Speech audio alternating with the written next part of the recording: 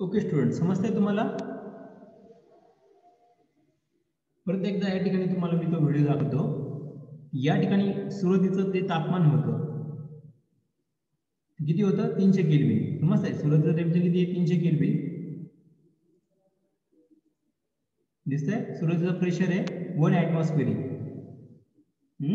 आणि सुरुवातीचं व्हॉल्यूम किती आहे?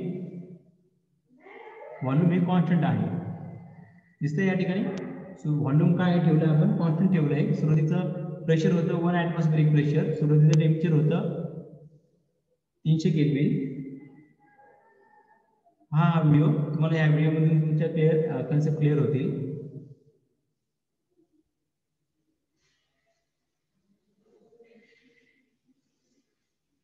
दिसतंय?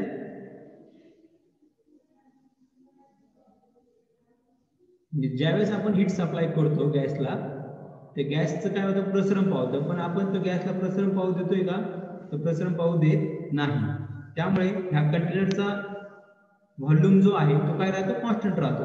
म्हणजे कंटेनर हा बंदिस्त आहे. त्या कंटेनरची साईज शेप बदलणार नाही. त्याचा जो शेप आहे तो तेवढाच आहे. म्हणजे तो कंटेनरचा शेप म्हणजे त्याचा जो व्हॉल्यूम आहे तो सेमच राहणार आहे. कंटेनरचा व्हॉल्यूम बदलत नाही. तसंच कंटेनरच्या आतमधला जो गॅस आहे त्याचा देखील व्हॉल्यूम बदलणार नाही. आणि कंटेनरचा व्हॉल्यूम बदलत नाही तर कंटेनरच्या आतमध्ये ठेवलेलं जे काही व्हॉल्यूम आहे कंटेनरच्या आतमध्ये ते व्हॉल्यूम देखील सेमच राहील. आणि कंटेनरच्या आतमध्ये कोण आहे? गॅस आहे. आणि गॅसचं व्हॉल्यूम हे कंटेनरच्या आतमधली जी जागाचं जे व्हॉल्यूम असेल तेवढंच व्हॉल्यूम त्या गॅसचं राहील. समजतंय?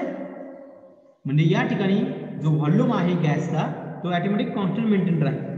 आणि आपण ज्यावेळेस हीट एनर्जी सप्लाय करतो त्या गॅसला, ज्यावेळेस आपण गॅसला हीट एनर्जी सप्लाय करतो बर्नरच्या साहाय्याने, तर त्यावेळेस होतं काय? त्या गॅसचं टेम्परेचर काय होईल? इन्क्रीज होईल. दिसतंय या ठिकाणी? सुरुवातीला त्याचं टेम्परेचर किती होतं? 300 केल्विन. किती होतं? 300 केल्विन. ते काय झालं? इन्क्रीज झालं. दिसतंय? ते काय झालं? इन्क्रीज झालं 600 पर्यंत. सुरुवातीला प्रेशर किती होता गॅसचा? 1 ॲटमॉस्फिअरिक प्रेशर होता, बरोबर? 1 ॲटमॉस्फिअरिक प्रेशर होता.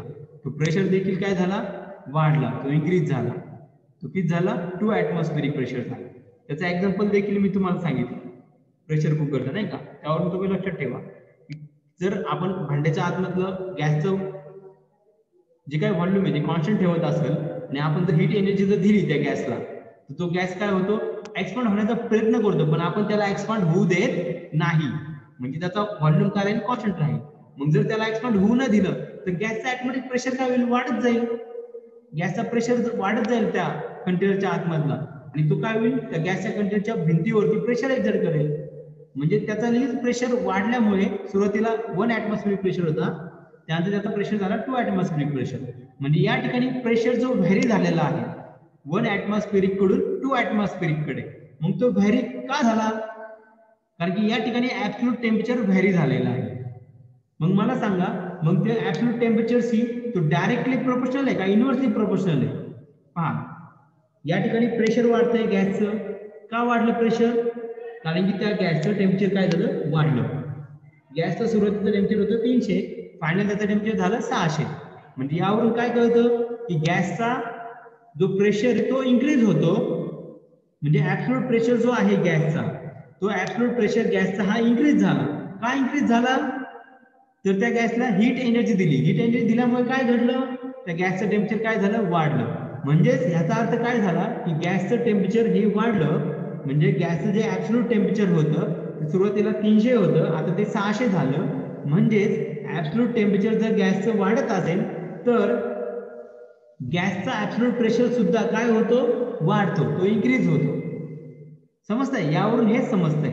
आणि हे कधी घडतं? जर गॅसचं व्हॉल्यूम आहे ते जर आपण कॉन्स्टंट ठेवलं तर.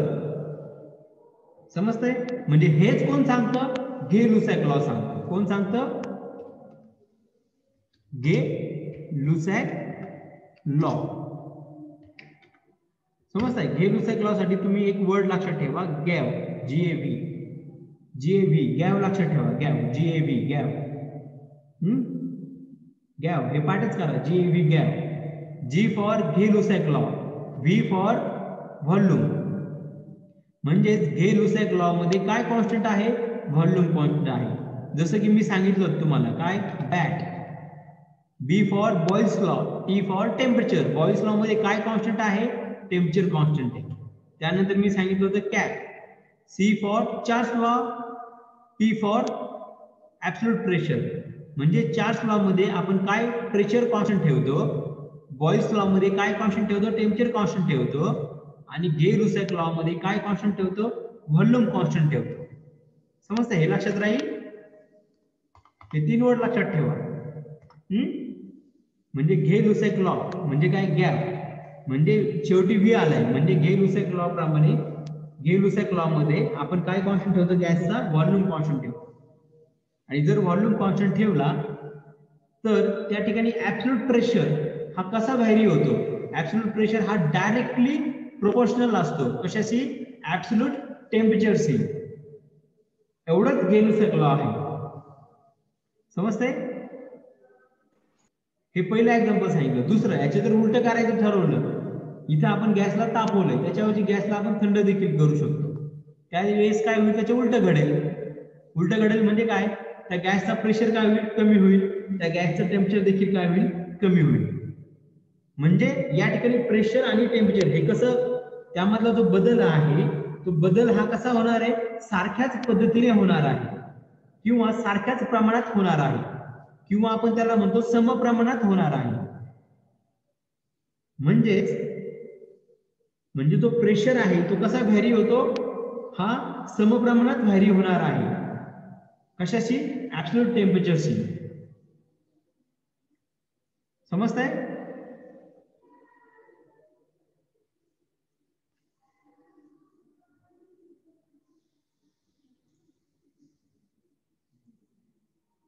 हा या ठिकाणी म्हणजे या ठिकाणी आपण काय म्हणू शकतो? Gay-Lussac law state that pressure P is directly proportional to the volume V. समजतंय का?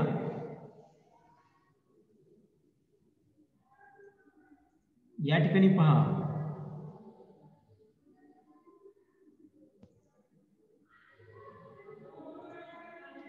या ठिकाणी आता आपण उलट करून पाहूया. उलट म्हणजे काय? जर सुरुवातीला प्रेशर होता, ओके, आता आपण उलट करूया. सुरुवातीला जो गॅस आहे या ठिकाणी, सपोज कंटेनर कन्सिडर करा. आपल्याला उलट करायचंय आता. म्हणजे आपण काय घेतलाय? कंटेनर घेतला. त्या कंटेनरच्या आतमध्ये गॅस आहे. त्या गॅसचं जे प्रेशर आहे सुरुवातीला सपोज त्या गॅसचा प्रेशर आहे 2 ऍटमॉस्फेरिक प्रेशर. या ठिकाणी पॉइंटर दाखवतोय तुम्हाला किती प्रेशर? 2 atmospheric pressure. सुरुवातीला त्या गॅसचं टेम्परेचर किती आहे? 600 केल्विन आहे. किती आहे? 600 केल्विन आहे.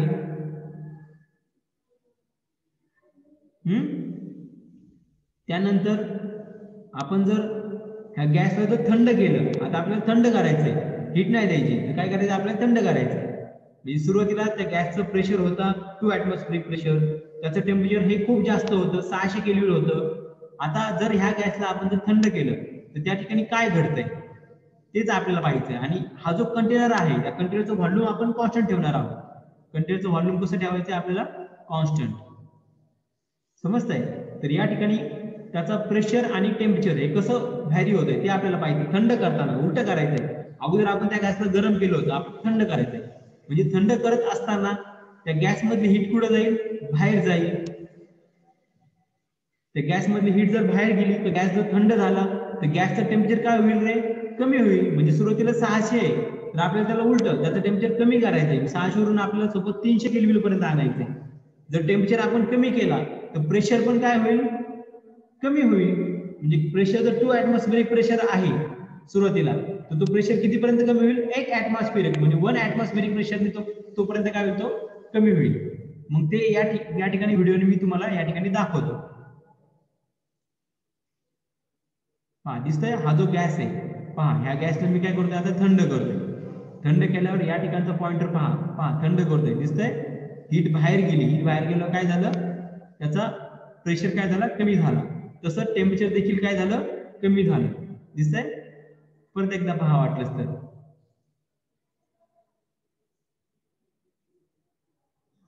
दिसतंय? सुरुवातीला 2 प्रेशर आहे आणि 600 केल्विन हे काय आहे, टेम्परेचर आहे. पहा या ठिकाणी टेम्परेचर कमी होत आहे, दिसतंय? टेम्परेचर कमी होताना आणि प्रेशर देखील कमी होताना. पहा इथे पहा टेम्परेचर कमी होईल आणि इथे पॉइंटर मध्ये शो करेल की प्रेशर कमी झालेला आहे आणि या ठिकाणी टेम्परेचर कमी होताना दिसेल. जर तो गॅस थंड केला तर थंड केल्यावर काय होईल, गॅस मधली हीट बाहेर जाते, बाहेर पडते आणि तो गॅस काय होतो, थंड होतो. आणि थंड झाल्यामुळे त्या ठिकाणी काय होतं, टेम्परेचर कमी होतं, या ठिकाणी प्रेशर देखील कमी होतं. समजतंय? म्हणजे जर आपण एखाद्या गॅसला थंड केलं म्हणजे टेम्परेचर जर कमी केलं तर त्याचं काय होतं, टेम्परेचर देखील कमी होतं आणि प्रेशर देखील काय होतं, कमी होतं गॅसचं. त्या कधी जर त्या गॅसचा व्हॉल्यूम काय असेल, कॉन्स्टंट असेल. इथं समजलं? ओके. म्हणजे या ठिकाणी काय समजलं, महत्वाची गोष्ट काय समजली, जर आपण काय घेतलं, युनिट मास असणारा गॅस घेतला, तो गॅस काय केला, मेंटेन केला at constant volume. At constant volume म्हणजे कॉन्स्टंट व्हॉल्यूम म्हणजे त्याचा व्हॉल्यूम आपल्याला स्थिर ठेवायचा आहे, तो बदलू द्यायचा नाही. म्हणजे तो व्हॉल्यूम आपल्याला स्थिर ठेवलाय आपण. समजतंय? हा जो कंटेनर आहे त्याचा व्हॉल्यूम आपण स्थिर ठेवला. व्हॉल्यूम जर आपण स्थिर ठेवला तर या ठिकाणी त्या कंटेनरचा व्हॉल्यूम स्थिर राहील. तसंच आणि या ठिकाणी जर त्या गॅसला चा व्हॉल्यूम जर आपण स्थिर ठेवला तर प्रेशर मध्ये बदल कसा घडतो तो या ठिकाणी मी तुम्हाला दाखवलाय. समजतंय? जर गॅसचा व्हॉल्यूम जर आपण स्थिर ठेवला, जर तो कॉन्स्टंट ठेवला तर प्रेशर मध्ये कसा बदल घडतो, म्हणजे ऍब्सोल्यूट प्रेशर जो आहे गॅसचा तो कसा व्हॅरी होतो. ऍब्सोल्यूट जो प्रेशर आहे गॅसचा,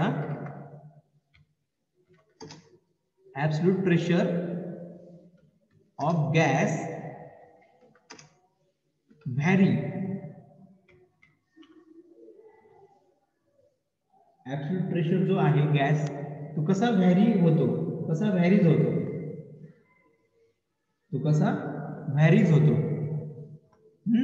ते आपल्याला पाहिजे. ऍब्सोल्यूट प्रेशर जो आहे गॅसचा तो कसा व्हॅरीज होतो ते आपल्याला या ठिकाणी पाहिजे. तर मी तुम्हाला त्यासाठी काय केलं, आपण ऍब्सोल्यूट प्रेशर सुरुवातीला आपण त्या गॅसला हीट केलं म्हणजे गरम केलं.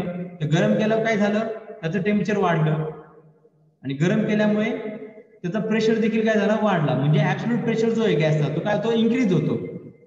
कधी इन्क्रीज होतो, जर ऍब्सोल्यूट टेम्परेचर गॅसचं वाढलं तर. म्हणजे ऍब्सोल्यूट टेम्परेचर देखील इन्क्रीज होत आहे, ऍब्सोल्यूट प्रेशर देखील काय होतं, इन्क्रीज होतं. म्हणजे दोघांचं जी पद्धत आहे चेंज होण्याची ती कशी आहे, सारखी आहे. म्हणजे दोन्ही कशा समप्रमाणात वाढतात. समजतंय? म्हणजे दोघांमधला बदल कसा आहे, सारखा आहे. म्हणजे ऍब्सोल्यूट प्रेशर वाढतोय, कधी वाढतोय, जर ऍब्सोल्यूट टेम्परेचर वाढलं गॅसचं. तर त्याच्या उलट जर केलं आपण, जर गॅसला आपण थंड केल्यावर काय होतं, तर गॅसचा ऍब्सोल्यूट प्रेशर काय होतो, कमी होतो. का कमी होतो, तर गॅस थंड झाल्यामुळे त्या गॅसचा ऍब्सोल्यूट टेम्परेचर देखील काय होतं, कमी होतं. म्हणजे ऍब्सोल्यूट टेम्परेचर कमी झाल्यामुळे त्या गॅसचा ऍब्सोल्यूट प्रेशर काय होतो, कमी होतो.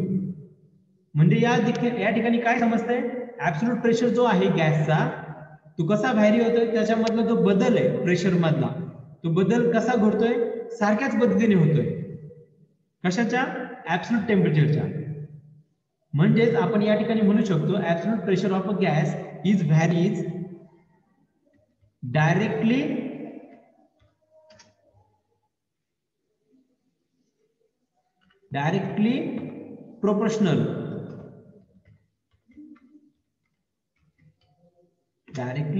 proportional to absolute टेम्परेचर,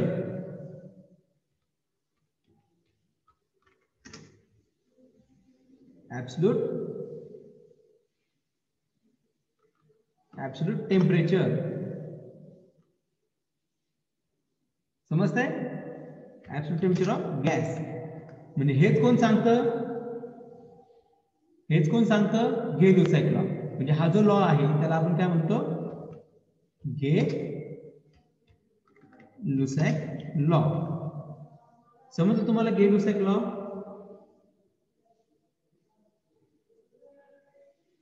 म्हणजे या ठिकाणी काय म्हणू शकतो आपण? Pressure is directly proportional to the volume. दिसतंय या ठिकाणी काय सांगितलंय? प्रेशर साठी सिम्बॉल आहे P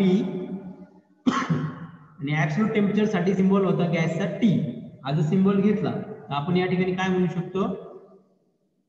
pressure P is directly proportional, इथं प्रोपोर्शनलिटी सिम्बॉल दिसतोय तुम्हाला, directly proportional to absolute temperature T. दिसतंय? मग हे जे प्रोपोर्शनलिटी जर सिम्बॉल जर आपण काढून टाकलं, म्हणजे त्या ठिकाणी आपण कॉन्स्टंट जर घेतला तर काय लिहू शकतो आपण? P is equal to KT. काय लिहू शकतो? P is equal to KT. K म्हणजे काय? कॉन्स्टंट. म्हणजे P is equal to constant into temperature. Okay, समजतंय?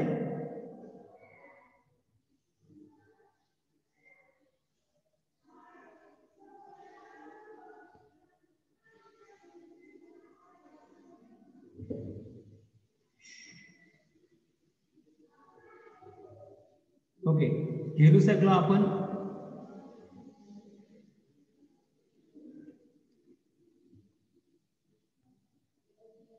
गे-लुसॅक लॉ काय स्टेट करतो? Absolute pressure P is directly proportional to the absolute temperature T. समजतंय? या ठिकाणी समजतंय?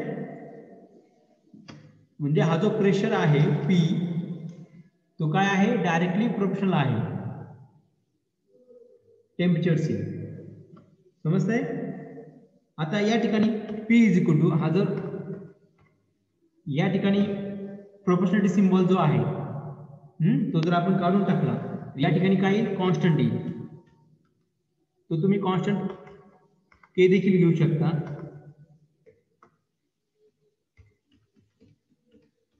त्या ठिकाणी कॉन्स्टंट येईल.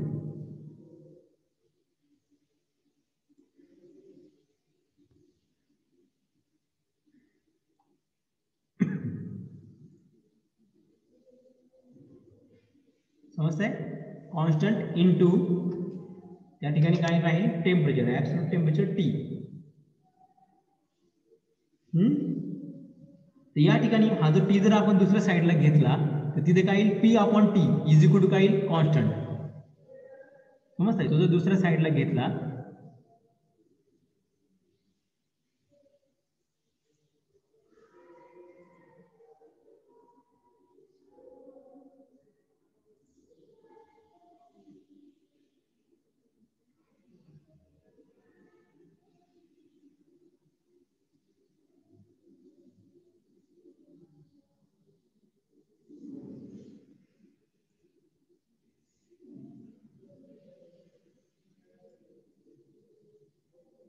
ओके, हा T जर दुसऱ्या साईडला गेला तर त्या ठिकाणी काय होईल? तिथे P अपॉन T. समजतंय? That is equal to constant. तो काय राहील? कॉन्स्टंट राहील. समजतंय?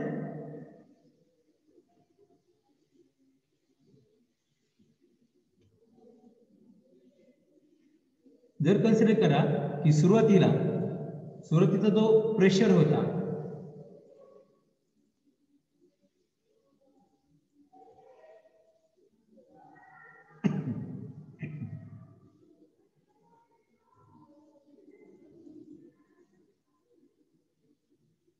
सुरुवातीचा प्रेशर हा जर P1 असेल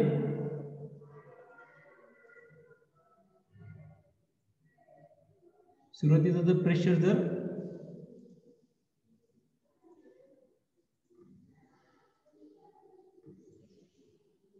समजतंय, सुरुवातीला प्रेशर किती असेल P1, तर आपण या ठिकाणी काय म्हणू शकतो P1 अपॉन T1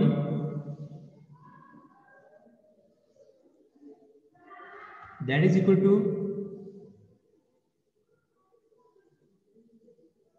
समजतंय, सुरुवातीचा प्रेशर जर P1 असेल तर आपण काय म्हणू शकतो P1 upon T1 that is equal to P2 upon that is equal to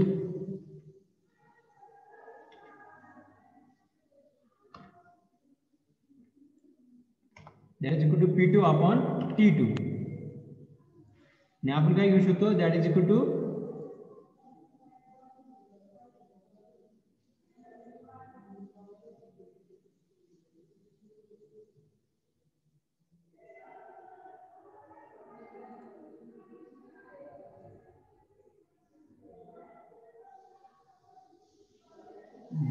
constant, तो काय असेल कॉन्स्टंट असेल.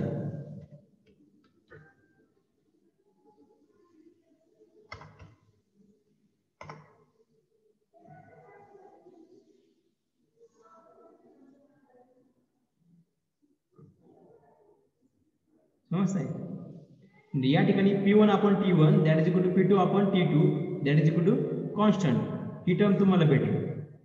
आणि जर आपण या ठिकाणी Pच्या आणि Tच्या जर व्हॅल्यू त्या ठिकाणी टाकल्या, आता जर आपण घेतलं होतं ना एक्झाम्पल म्हणून, बरोबर, मग त्या ठिकाणी जर आपण व्हॅल्यू जर टाकल्या तर व्हॅल्यू टाकल्यानंतर आपण ते देखील पाहूया की खरंच कॉन्स्टंट येतं का. तर मला सांगा सुरुवातीला प्रेशर किती होता 1 ॲटमॉस्फेरिक बार होता, बरोबर, आणि सुरुवातीचं जे टेम्परेचर आहे T1 ते किती होतं आपलं, किती होतं 600, सॉरी सुरुवातीला टेम्परेचर होतं 300 आणि सुरुवातीला प्रेशर होता 1 ॲटमॉस्फेरिक प्रेशर आणि आपण ते कॉन्स्टंट ठेवला होता. त्यानंतर आपण काय केलं, ते गॅसला हीट एनर्जी दिली. पहिला एक्झाम्पल सांगतो, हीट एनर्जी दिली. हीट एनर्जी दिल्यानंतर प्रेशर किती झाला 2 ॲटमॉस्फेरिक प्रेशर झाला, बरोबर, प्रेशर किती झाला 2 ॲटमॉस्फेरिक प्रेशर, आणि त्याचं टेम्परेचर किती झालं 600 झालं, किती झालं 600 झालं. मग हे कॅल्क्युलेट करून पहा हे दोन्ही सेम येतं की नाही.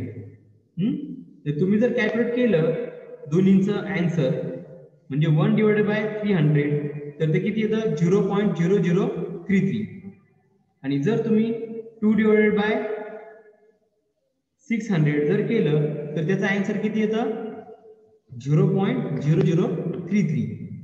समजतंय का, म्हणजे दोन्ही जर तुम्ही काढलं तर ते सेम येतं. म्हणजे या ठिकाणी आपण काय घेतलं, सुरुवातीचा प्रेशर P1 घेतला 1 होता, सुरुवातीचा टेम्परेचर T1 घेतला तो होता 300, त्यानंतर हीट एनर्जी दिल्यानंतर गॅसचं फायनली प्रेशर किती झाला P2 तो 2 ॲटमॉस्फेरिक प्रेशर झाला. गॅसचं टेम्परेचर किती झालं फायनली 600 डिग्री झालं, 600 केल्विन झालं. ते जर आपण या ठिकाणी पुटअप केलं तर आपल्याला काय भेटतं, तो जो P1 अपॉन T1 जी व्हॅल्यू होती ती येते 0.0033. तसंच जर आपण फायनल P2 T2 जर त्या ठिकाणी पुटअप केला तर त्याचं देखील आन्सर तेच येतं. म्हणजे यावरून काय कळतं आपल्याला P1 upon T1 that is equal to P2 upon T2. म्हणजे हा जो आहे त्या लॉला आपण काय म्हणतो गेल-लुसाक लॉ. समजतंय,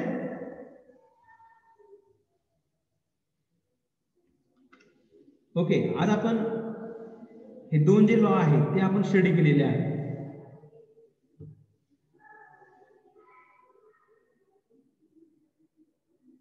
ओके स्टुडंट, आपण या ठिकाणी फक्त माझेच लेक्चर होते, ते माझे लेक्चर आता कंप्लीट झालेले आहेत. यानंतर नेक्स्ट लेक्चर होणार नाही.